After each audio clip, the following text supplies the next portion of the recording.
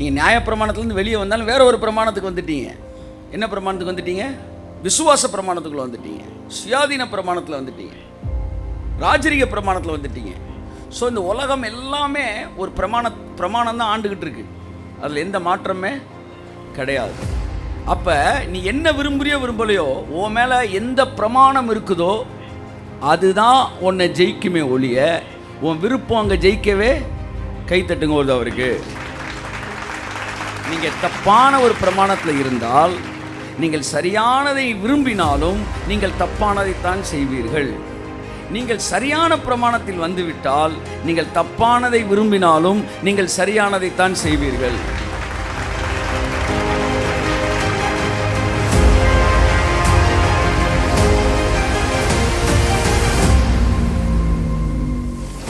அதான் பவுல் சொல்றான், பிழைப்போம் என்ற நம்பிக்கை இல்லை, நாங்கள் மரிப்போம் என்று நிச்சயித்திருந்தோம்.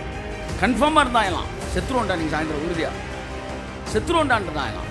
அந்த மனதின் பிரமாணம் அப்படி, மனதின் பிரமாணம் வந்து தனியா விட்டுருந்தா அது வேலை பார்த்துருக்கும். ஆனா மனதின் பிரமாணத்துக்கு விரோதமா வேறொரு ஜீவனின் பிரமாணம் அவன் வேலை பார்த்துக்கிட்டு இருந்துச்சு. ஆமென்.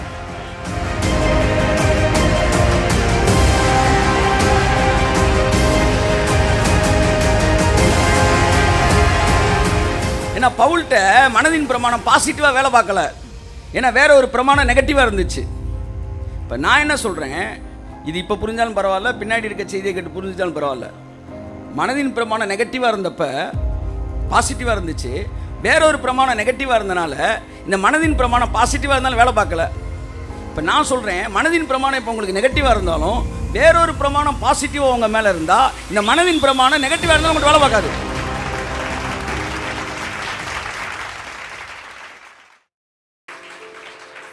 கிருபைக்குள்ள இருக்கிறவனுக்கும் பிரமாணம் வேலை பார்க்குது, பழைய ஏற்பாட்டில் இருக்கிறவனுக்கும் பிரமாணம் வேலை பார்க்குது, புறஜாதியும் இருக்கான் பாருங்க, அவன்கிட்டே ஒரு பிரமாணம் வேலை பார்க்குது. எல்லா இடங்களிலும் பிரமாணங்கள் வேலை செய்து கொண்டிருக்கிறது. ஸோ ஒரே ஒரு விஷயத்தை இன்றைக்கு மனதில் பதிக்க விரும்புகிறேன். அண்ட சராசரங்களும் பிரபஞ்சம் எல்லாம் பிரமாணத்தின் வல்லமையில் தான் இயக்கப்பட்டு கொண்டிருக்கிறது.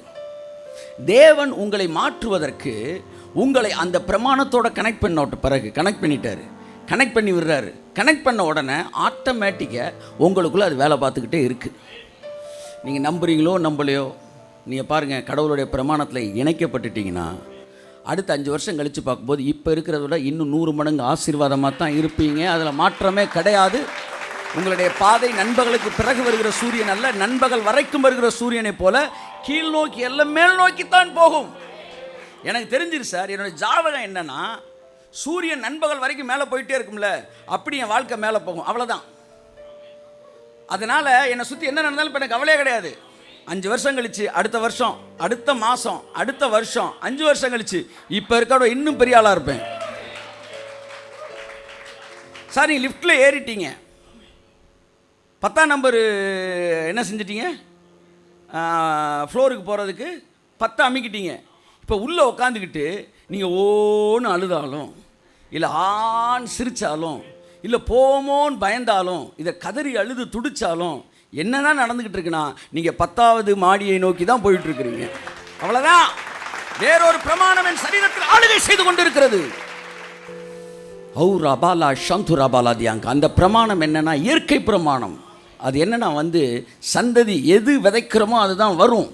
அது தன் தன் ஜாதியின் படி பிறப்பிக்கும். இப்போ நீ யாரோட ஜாதி சொல்லுங்க, யார் ஜாதி நீங்கள் சொல்லுங்க? அவரோட ஜாதி, பரிசுத்த ஜாதி. ஸோ அவரின் பிள்ளைகளாக இருக்கிறபடினால இப்போ அந்த வித்து, அந்த வார்த்தை, அந்த சீடு உங்களுக்குள்ளே விழுந்தனால உங்களுக்குள்ளே என்ன பிறக்கும்னு நீங்கள் சந்தேகப்படவே வேண்டாம். உங்களுக்குள்ளே பிறப்பிக்கப்படுவது ஜீவன் உள்ளதாக, ஆசீர்வாதம் உள்ளதாக, இயேசுவின் சாயலாகத்தான் நீங்கள் இருப்பீர்கள். அதில் மாற்றம் கிடையாது, மாற்றமே கிடையாது. ஆமேன். ரட்சிக்கப்பட்ட ஒருத்தர் டாஸ்மாக்குள்ளே உட்காந்துருந்தாலும் நான் சொல்கிறேன், அந்த விதை, அந்த வித்து அவனை மாற்றாமல் விடவே விடாது. ஆமேன். உலகத்திலே வந்து எந்த மனுஷனையும் பிரகாசிப்பிக்கிற ஒளியே அந்த மெய்யான ஒளி. இயேசுவை சொந்த ரட்சகரை ஏற்றுக்கொண்டோன்னே என்ன நடக்குதுன்னா, வேறொரு பிரமாணம் உங்களிடத்தில் வேலை செய்ய ஆரம்பிக்கிறது. எத்தனை பேர் இயேசு ஏற்றுக்கொள்ள ஆரம்பிச்சிட்டீங்க? ஆமென், ஹல்லேலூயா. இப்போ நீங்கள் எல்லாருமே இந்த வேறொரு பிரமாணத்துக்குள்ளே வந்துட்டீங்க. இந்த பிரமாணம் எங்கே வேலை பார்க்குதுன்னா உங்கள் சரீரத்திலே வேலை பார்க்குதான். ஹவுராபாலா ஷந்துராபாலா தியாங்கராபாலா எல்லாம் சொல்ல, என் மீது நான் இயேசுவை சொந்த இரட்சகராய் ஏற்றுக்கொண்டதினாலே என்னுடைய அவயவங்களிலே ஒரு பிரமாணம் வேலை செய்து கொண்டு இருக்கிறது. கரங்களை தட்டி கர்த்தருக்கு நன்றி சொல்லுவோம்.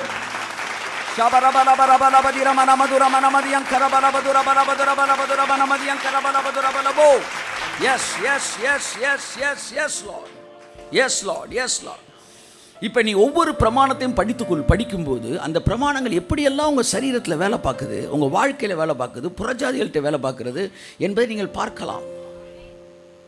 பைபிளில் ஒரு வசனம் இருக்குது. மனுக்குலம் வந்து விழுந்த உடனே ஏவாளை பார்த்து சொல்கிறாரு, இனிமே உன் புருஷன் உன்னை என்ன செய்வான்? உனக்கு தலையாக இருப்பான்.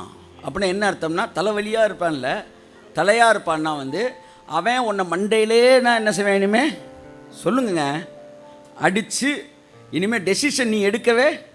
ஆமாம், நீங்கள் சீஃப் மினிஸ்டர் ஒரு லேடியாக இருந்தால் அந்த லேடியை நீங்கள் கல்யாணம் பண்ணாலும் நாட்டுக்கு வேணாலும் நம்ம டெசிஷன் எடுக்கலாம், ஆனால் வீட்டுக்கு அப்படி ஒன்றும் தெரியலையே சார். நீ என்ன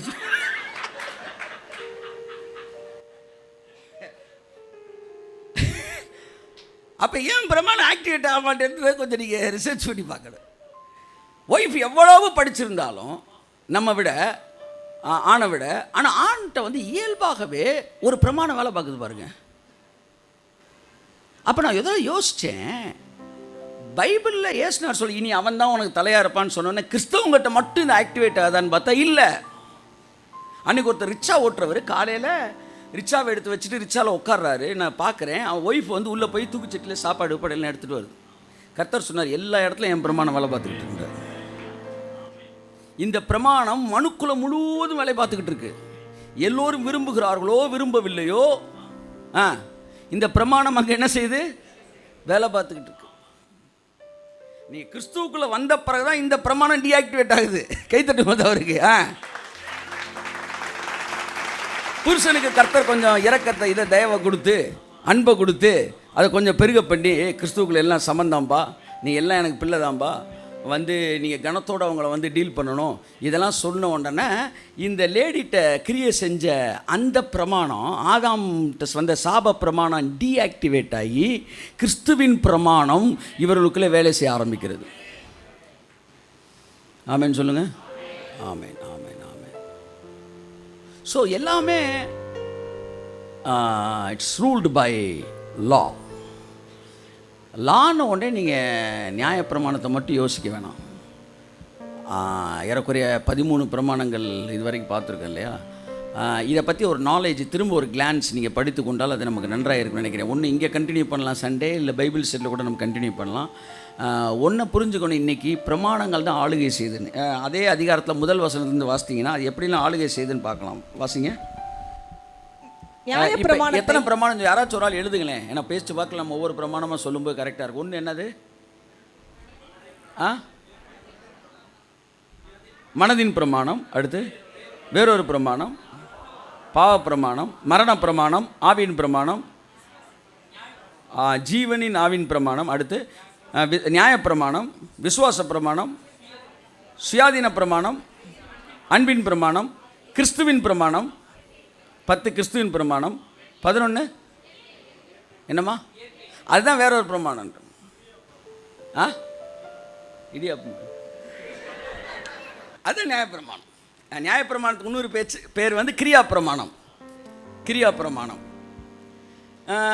விசுவாச பிரமாணம் எழுதுனீங்களா தம்பி? எழுதியாச்சு. என்னப்பா ராஜரிய பிரமாணம், அன்பின் பிரமாணம். பூரண பிரமாணம் வந்து சுயாதீன பிரமாணம். எத்தனை வந்திருக்கு டோட்டலாக? 10 இருக்கா? அடுத்து மனிதர்களுடைய பிரமாணம், அதுவும் ஆக்டிவேட் ஆகும். ஸோ இந்த பூமியிலே ஒரு பிரமாணம் வேலை பார்த்துக்கிட்டு இருக்கு. அது டிராஃபிக் ரூல்ஸு, ஐபிசி, இந்த பிரமாணங்கள் இருக்குது. இதுவும் பூமி என்ன செஞ்சுக்கிட்டு இருக்கு? ஆளுகை செய்யுது. ஆமாம், யாராவது ஒருத்தர் வந்து நீங்கள் பாட்டுக்க வந்து ஒரு ஆளை குத்திட்டீங்கன்னா அவனை ஐபிசி 301 என்னப்பா 4 304 படி தூக்கி உள்ளே வச்சிடறாங்க. உடனே உள்ளே போனோடனே நீங்கள் வந்து உம்மாலே நான் ஒரு மதிலை தாண்டுவேன் அப்படின்னு சொல்லி நீங்கள் டக்குன்னு மதிலை தாண்டிட்டீங்கன்னா திரும்ப உங்களை வந்து ஐபிசி இன்னும் கடுமையான சட்டத்தை போட்டு உங்களை உட்கார வச்சிடும். நீங்கள் ரட்சிக்கப்படல, அதெல்லாம் அவனுக்கு தேவையில்லை. அப்போ பலவிதமான பிரமாணங்கள் உள்ள வேலை பார்த்துக்கிட்டு, இந்த பிரமாணம் தான், இந்த மனிதன் போடுற பிரமாணம் தான் புருஷனை பற்றிய பிரமாணம் 2வது அதிகாரத்தில் வருது. புருஷனை பற்றிய பிரமாணம். இப்போ வந்து ஒரு மனைவி வந்து யாருடைய கண்ட்ரோலுக்குள்ளே இருக்கு? ஒரு பெண் வந்து யார் கண்ட்ரோலுக்குள்ளே இருக்கிறா? கல்யாணத்துக்கு முன்னாடி அப்பா கண்ட்ரோலில் இருக்கிறா. கல்யாணத்துக்கு அப்புறம் இது டீஆக்டிவேட் ஆயிடுச்சு. இது டீஆக்டிவேட் ஆகி அது ஆக்டிவேட் ஆயிடுச்சு. அதுக்கப்புறம் அப்பா வந்து என்ன என் பிள்ளையானே மரியாதை போறியா இல்லையா அப்படின்னு அவர் சொல்லிடுவார். ஏன்னா வந்து இப்போ அது ஆக்டிவேட் ஆயிடுச்சு. இப்போ ஒரு பிரமாணத்துலேருந்து நீங்கள் ரிலீவ் ஆகணும்னா இன்னொரு பிரமாணத்தில் என்ட்ரு ஆயிடணும். கைத்தட்டுங்க ஒரு தடவை, புரிஞ்சவங்க. அப்போ பாவ பிரமாணத்திலிருந்து ஆவியின் பிரமாணம் என்னை விடுதலை ஆக்கிற்றே. கரங்களை தட்டி கர்த்தருக்கு நன்றி சொல்லுவோம். ஓரா பாலாஷ். Yes yes yes yes yes yes. Okay, இந்த 7ஆம் அதிகாரம் முதல் வசனத்தில் வாசிமா. இன்னும் 2 பிரமாணம் எப்படி ஆளுகை செய்துன்னு இருக்கார்ல. நியாய பிரமாணத்தை அறிந்திருக்கிறவர்களுடனே பேசுகிறேன். சகோதரரே, ஒரு மனுஷன் உயிரோடு இருக்கும் அளவும் நியாய பிரமாணம் அவனை ஆளுகிறதென்று அறியாமல் இருக்கிறீர்களா? பாத்தீங்களா? பிரமாணம் ஒருத்தர் என்ன செய்து ஆளுகை செய்து, நான் போட்டாலும் இது கீழே விழுவும், இன்னொருத்தன் போட்டாலும் கீழே விழுவும். இப்போ நம்ம எல்லாரும் எது ஆளுகை செய்து? பிரமாணம். சூரியன் மறைஞ்சு திரும்ப தோன்றிடுச்சுன்னா இது என்ன கிழமை? திங்கக்கிழமை. நீங்கள் எல்லாம் இங்கே உட்காந்துருக்க மாட்டீங்க. எங்கே ஓடிடுவீங்க? வேலைக்கு ஓடிடுவீங்க. அப்போ உங்களை எது ஆளுகை செய்து? பிரமாணம் தான் ஆளுகை செஞ்சுக்கிட்டு இருக்கு. இன்னைக்கு ஃபுல்லாக சூரியன் மறையவே இல்லை சார். ஒரு 48 மணி நேரம் நீங்கள் உடனே மணி 6 மணி ஆச்சு வேலைக்கு போயிடுவீங்களா? பிரமாணத்துக்குள்ளே இருக்கீங்க. எல்லாரையும் பிரமாணம் ஆளுகை செய்யுது. அப்போ உயிரோடு இருக்கும் அளவும் ஒரு பிரமாணம் மனிதன் ஆளுகை செய்யும். நல்லவனாக வாழணும், நான் முயற்சி எடுக்கிறேன். கெட்டவனாக வாழ நான் முயற்சி எடுக்கிறேன். அப்போல்லாம் அதெல்லாம் விட்டுருங்க. நான் இந்த பிரமாணத்தில் சுவிட்ச் ஓவர் ஆகிக்கிறேன். இப்போ இந்த பிரமாணம் எனக்குள்ளே வேலை பார்க்க ஆரம்பிக்குது. இது இப்பொழுது எனக்குள் கிரியை செய்கிறது. கரங்களை தட்டி கர்த்தருக்கு நன்றி சொல்லுவோம். ஆமென்.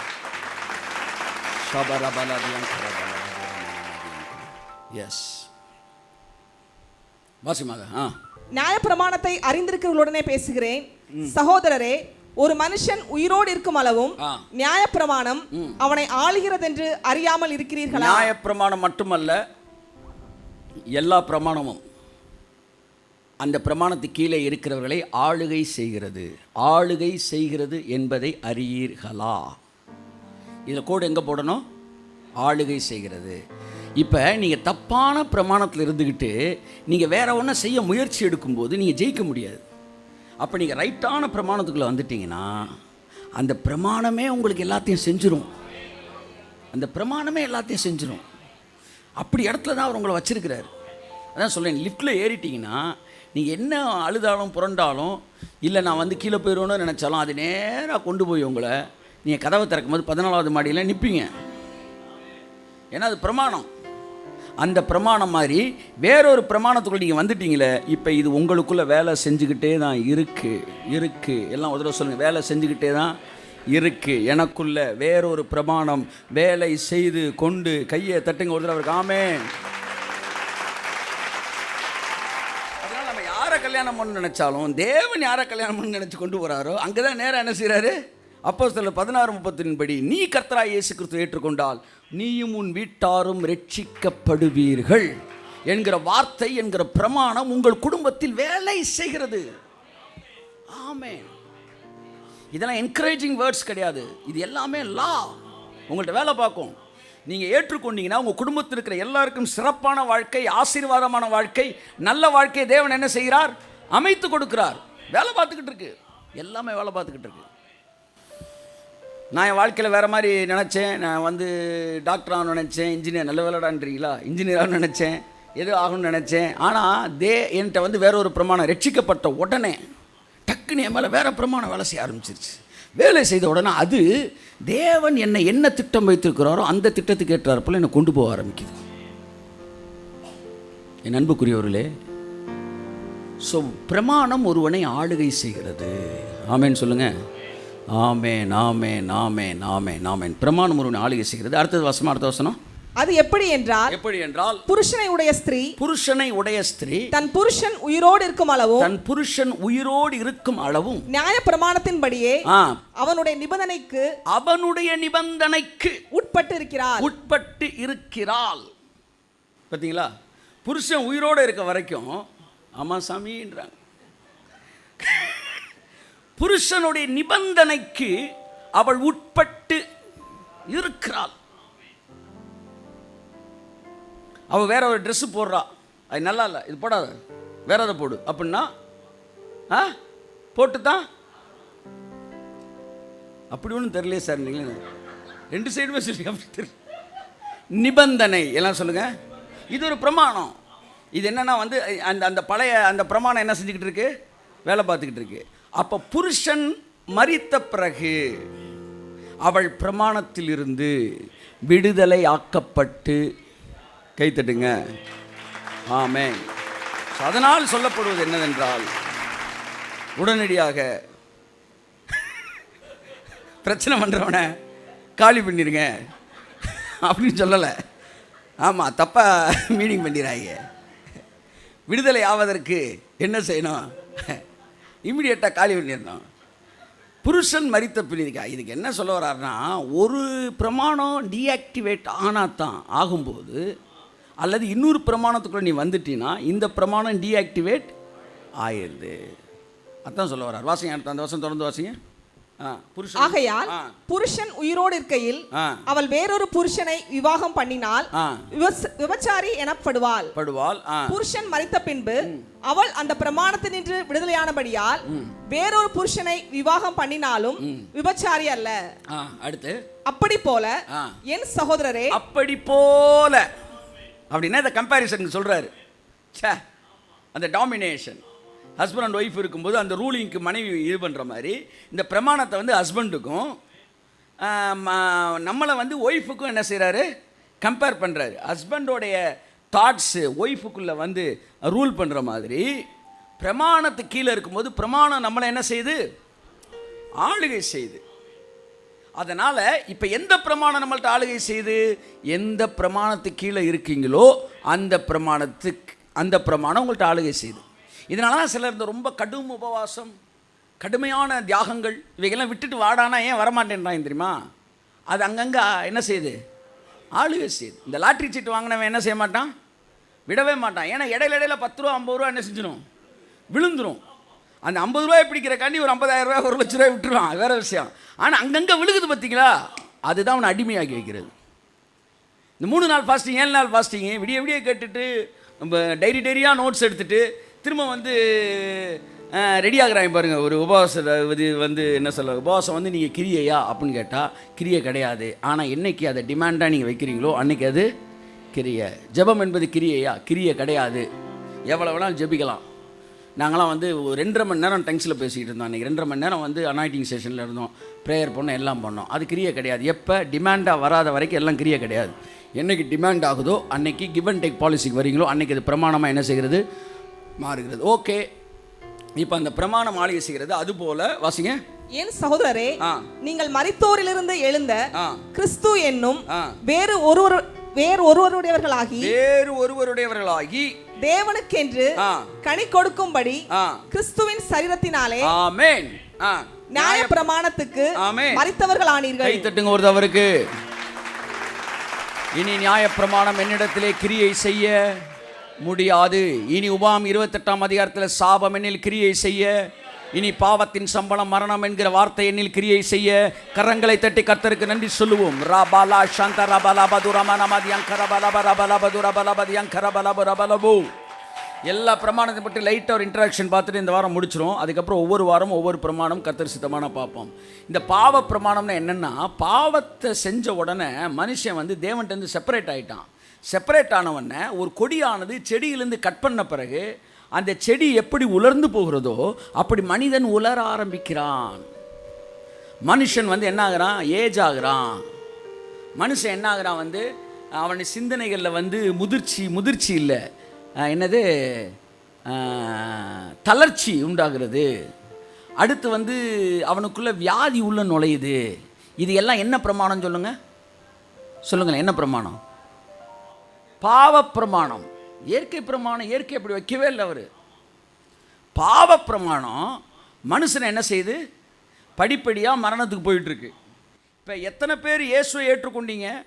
இப்போ ஆவியின் பிரமாணம் இந்த பாவ பிரமாணத்திலிருந்து உங்களை விடுதலையாக்கி விட்டதா இல்லையா? அப்போ பாவ பிரமாணத்தின் கீழாகத்தான் வியாதி வருகிறது, பாவ பிரமாணத்தின் கீழாகத்தான் மரணம் வருகிறது, பாவ பிரமாணத்தின் கீழாகத்தான் முதுமை வருகிறது. எல்லாமே பாவ பிரமாணத்தின் கீழே வருது. இன்றைக்கி ஏன் எல்லாருக்கும் ஒரே மாதிரி நடக்குதுன்னா, எல்லாத்தையுமே பாவ பிரமாணம் வேலை பார்க்குது. ஆனால் பவுல் சொல்லுகிறார், என்னை பாவம் மரணம் என்பவைகளின் பிரமாணத்தில் இருந்து ஜீவனுள்ள ஆவியின் பிரமாணம் என்னை விடுதலை ஆக்கி இருக்கிறது. என்னிடத்தில் இப்பொழுது வேறொரு பிரமாணம் வேலை செய்கிறது நான் பார்க்கிறேன். கை தட்டுங்க அவருக்கு ஆமென். வாயை திறந்து சொல்லுங்க, பாவ பிரமாணத்தில் இருந்து நான் விடுதலையாகி இருக்கிறேன். நீங்க பாவத்திலிருந்து விடுதலையானீங்க மட்டும் இல்லை சார், பாவத்தோட பிரமாணம்னா என்ன? உயிரோடு இருக்கும் வரையும் அவனை ஆளுகை செய்கிறதுக்கு பேர் தான் பிரமாணம். அவனை சிறையாக்குமா, அதுக்கு பேர் தான் பிரமாணம். அது கூட ஒரு வசனம் இருக்கு பாருங்க, பிரமாணம் வந்து சிறையாக்குதுன்ட்டு. 23 கடைசி வாசிங்க. ஆகிலும் என் மனதின் பிரமாணத்துக்கு விரோதமாய் போராடுகிற வேறொரு பிரமாணத்தை என் அவயவங்களில் இருக்க காண்கிறேன். அது என் அவயவங்களில் உண்டாயிருக்கிற பாவ பிரமாணத்துக்கு என்னை சிறையாக்கி கொள்கிறது. சிறையாக்கி கொள்ளுகிறது, சிறையாக்கி. அப்ப பிரமாணம்னா என்ன செய்யும்? உங்களை சொல்லுங்க, உங்களை வந்து நீங்க விரும்பினாலும் விரும்பாட்டினா உங்களை லாக் பண்ணிடும். இதை நெகட்டிவாகவும் நீங்க பார்க்கலாம், பாசிட்டிவாகவும் பார்க்கலாம். எப்பவுமே அது எப்படி நெகட்டிவாக வேலை பார்க்குதோ அதே மாதிரி பாசிட்டிவாக வேலை பார்க்கும். நீங்கள் பாவம் செஞ்சிட்டிங்கன்னா இந்த பாவ பிரமாணம் உங்கள்கிட்ட என்னெல்லாம் செய்யும் தெரியுமா? என்ன செய்யும் சொல்லுங்கள்? உங்களை நிம்மதி இல்லாதவனா ஆக்கும் பாவ பிரமாணம். அடுத்து குற்ற மனசாட்சி கொடுக்கும். அடுத்து உங்களுக்குள்ள வியாதியை கொடுக்கும், முதுமையை கொடுக்கும். அடுத்து தனிமையை கொடுக்கும், அழுகையை கொடுக்கும். கடைசியில் மரணத்தை கொடுக்கும். மரணத்துக்கு பிறகு நரகத்தையும் கொடுக்கும். இதுக்கு டெய்லி நீங்கள் பாவம் செய்யணுமா? ஒரே ஒரு தடவை ஆதாம் செஞ்ச பாவம் போதுமா? சொல்லுங்கள். ஒரே ஒரு தடவை ஆதாம் செஞ்ச பாவத்துக்கு பிறகு நீங்கள் சாகிற வரைக்கும் பாவமே செய்யாமல் இருந்தாலும் நீங்கள் சந்தேகமே இல்லை எங்கே தான் போகிறீங்க? நரகத்தான் போவீங்க. ஏன்னா பாவ பிரமாணம் உங்கள்கிட்ட வேலை பார்த்துக்கிட்டு இருக்கு. சரி, இப்போ நீ இயேசுவை சொந்த ரட்சகராக ஏற்றுக்கொண்ட உடனே அவர் செய்த நீதியினாலே நீங்கள் அவருக்கு பிள்ளைகளாகும்போது அந்த நீதி என்கிற வேறொரு பிரமாணம் உங்கள் சரீரத்திலே ஆளுகை செய்ய ஆரம்பிக்கும்போது அந்த பிரமாணத்துக்குள்ளே வந்துட்டிங்கன்னா இந்த பாவ பிரமாணம் ஆட்டோமேட்டிக்காக எப்படி உங்களை நரகம் வரைக்கும் கொண்டு போய் விட்டு அப்போ தான் ரெஸ்ட் எடுக்குதோ அந்த மாதிரி இந்த ஜீவனின் பிரமாணம் உங்களுக்குள்ளே வந்த பிறகு, நான் சொல்கிறேன், பக்கத்து வீட்டுக்காரர் இருக்கார், பக்கத்து வீட்டுக்காரனா ஒரு கடவுளை அறியாத ஒருத்தர் இருக்கார், அவருக்கு மேலே ஒரு பிரமாணம் வேலை பார்த்துக்கிட்டே இருக்குது. என்ன பிரமாணம் சொல்லுங்கள்? பாவ பிரமாணம். அவர் கல்கத்தா போகலாம், டில்லி போகலாம், காஷ்மீர் போகலாம், கன்னியாகுமரி போகலாம், அவர் எங்கே வேணாலும் போகலாம். ஆனால் கடைசியாக அவர் போகிற ஒரே இடம் சொல்லுங்கள். ஆமாம். ஏன்னா அவர் எங்கே போனாலும் அந்த பிரமாணம் எங்கே கொண்டு போகணுமோ அது அங்கே கொண்டு போயிடும். அப்படியே நம்ம மேலே இருக்கிற பிரமாணம் இந்த பூமியில் நீங்கள் வந்து எப்படி என்பதை நீங்கள் தவறான அர்த்தத்தில் எடுத்துக்கொள்ள வேண்டாம். எப்படி வாழ்ந்தாலும் என்பதை தவறான அர்த்தத்தில் எடுத்துக்கொள்ள வேண்டாம். நீங்கள் எப்படி வாழ்ந்து கொண்டு இருந்தாலும் எந்த இடத்துல இருந்தாலும் ஃபைனலாக நீங்கள் போக போகிற இடத்திற்கு உங்களை கொண்டு போய் சேர்க்கக்கூடிய ஒரு பிரமாணம் உங்கள் மேல் வேலை செய்து கொண்டு இருக்கிறது.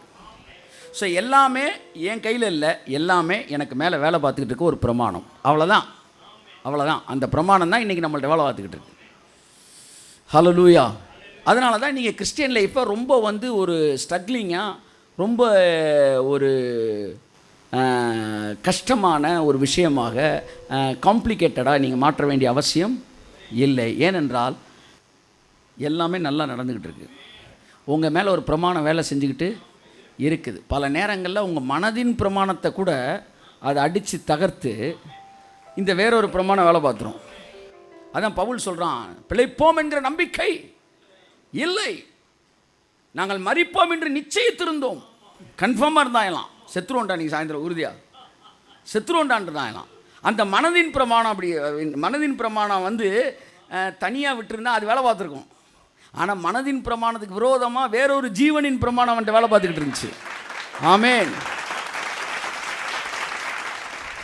பயப்படாதீங்க சார், செத்துருவீங்க சார் என்பதை தாண்டி நான் சொல்கிறேன், நீங்கள் பயந்தாலும் சாக மாட்டீங்க. ஏனென்றால் உங்கள் மீது ஒரு பிரமாணம் வேலை செய்து கொண்டிருக்கிறது. அது ஜீவனின் பிரமாணம். அது ஜீவனின் பிரமாணம்.